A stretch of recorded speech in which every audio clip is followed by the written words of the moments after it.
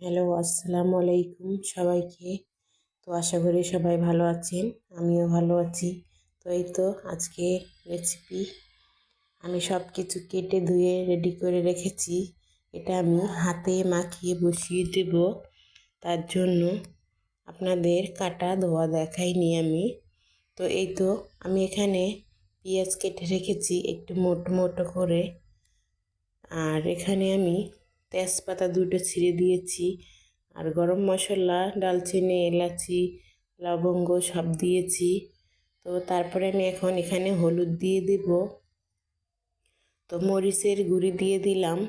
তো এই মাংসটাতে একটু ঝাল হলে বেশি ভালো হয় খেতে, আর ঝাল না হলে এটা ভালো লাগবে না। আসলে এটা হচ্ছে খাসি মুরগি বলে আমরা যেখানে থাকি ওখানে, জানি না কি কোথায় কী নামে এটা পরিচিত।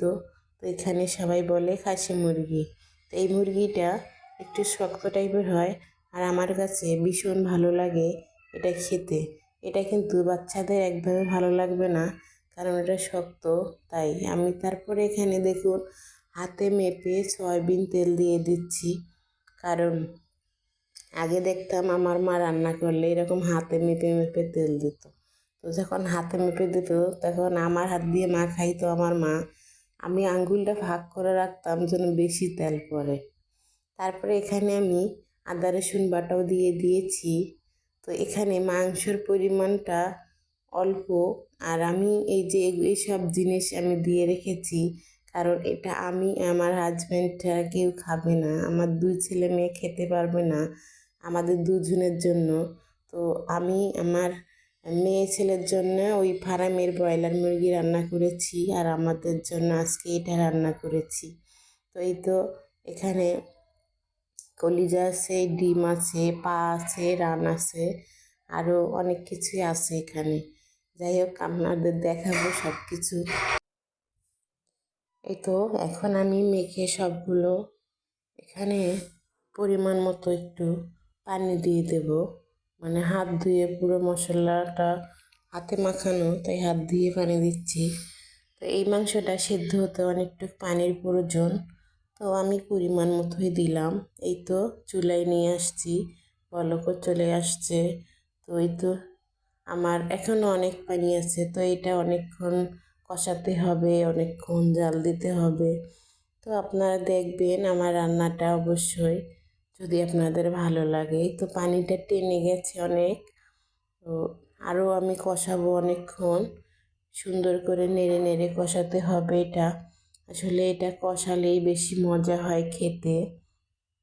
আর এটা আমি আপনাদের ফাঁকে এখানে আরেকটা জিনিস অ্যাড করে দিয়েছি, সেটা হলো দুটো টমেটো আমি দিয়ে দিয়েছি।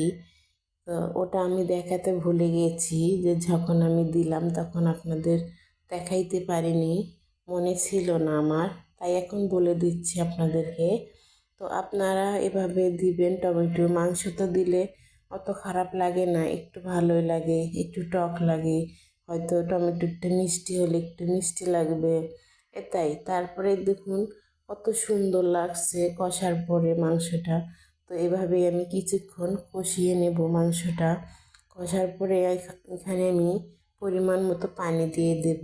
তো মাংসটা আমার অনেকক্ষণ কষার পরে দেখুন এই রানটা দেখুন, মাংসটা একদম খুলে নিচে চলে গেছে, তার মানে আমার মাংসটা পরিমাণ মতো সিদ্ধ হয়ে গেছে। তো তবুও এটা সিদ্ধ করার জন্য আমি এখানে আরেকটু পানি দিয়ে দেব, যত যেন সিদ্ধ এবং ঝোলের পানি নিয়ে নেব। তো আমি এটাতে বেশি ঝোল করব না।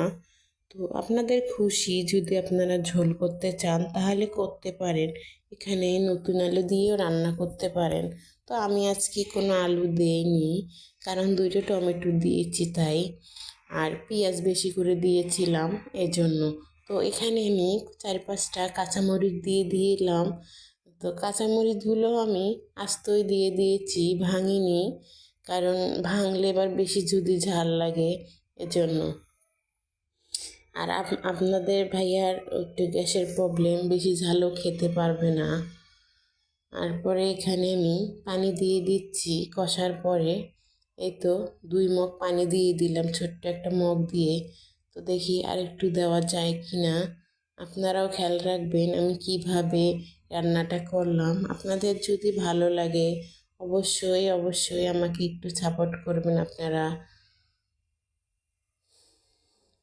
এই তো আমার নাড়া হয়ে গেছে মশলাটা সুন্দর করে। তো এখন আমি এটাকে ঢেকে দেব কিছুক্ষণের জন্য।